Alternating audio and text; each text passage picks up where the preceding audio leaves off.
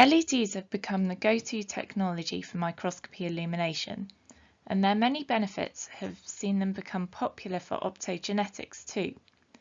This short presentation will explain the reasons behind this and also how different illumination systems are suited to different applications. First, let's explore some of the benefits of LEDs that apply to optogenetics.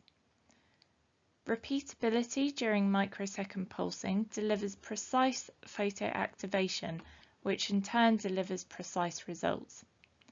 This precision is also applicable over the long term, where LED stability means experiments performed even years apart will be repeatable.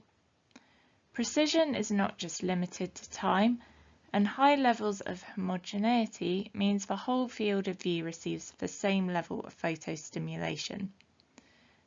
And of course, being solid state, the control options for LEDs such as high-speed TTL and analog allow the illumination to be synchronized with other equipment. There are three main areas where LED illumination benefits optogenetics experiments. The photostimulation itself, which is often upstream of electrophysiology readings. This is where high spatial and temporal control of illumination is useful, but CoolLED illumination is specifically designed for ex vivo or in vitro studies under the microscope. Wide-field fluorescence imaging can be used to provide an extra level of information, for example to identify cell subpopulations or complement electrophysiology readings. And to provide morphological information, transmitted illumination systems are also available for infrared DIC imaging. Let's now look in more depth at a couple of the features that make LED illumination popular for optogenetics. Many LED wavelengths are now available, and these can be further tailored using optical filters. The spectrum shown here is from our 16 wavelength P4000 illumination system. This example shows the coverage available for opsins and fluorophores, but other systems have varying spectrums. Systems which include individual channel control provides better selection to activate opsins, and you can optimize the irradiance of each channel from 0 to 100%. Where LED illumination really comes into its own is the level of control.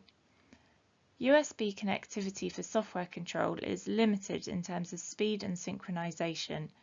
Transistor to transistor logic, or TTL, input instead bypasses the latency of USB communication, allowing microsecond control of LED triggering. The example here shows the 4-channel P400 Max with the individual channel and global BNC connectors at the back of the unit.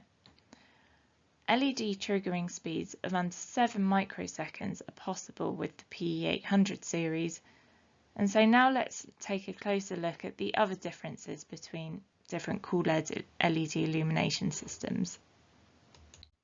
When it comes to choosing an LED illumination system, let's start with advanced applications.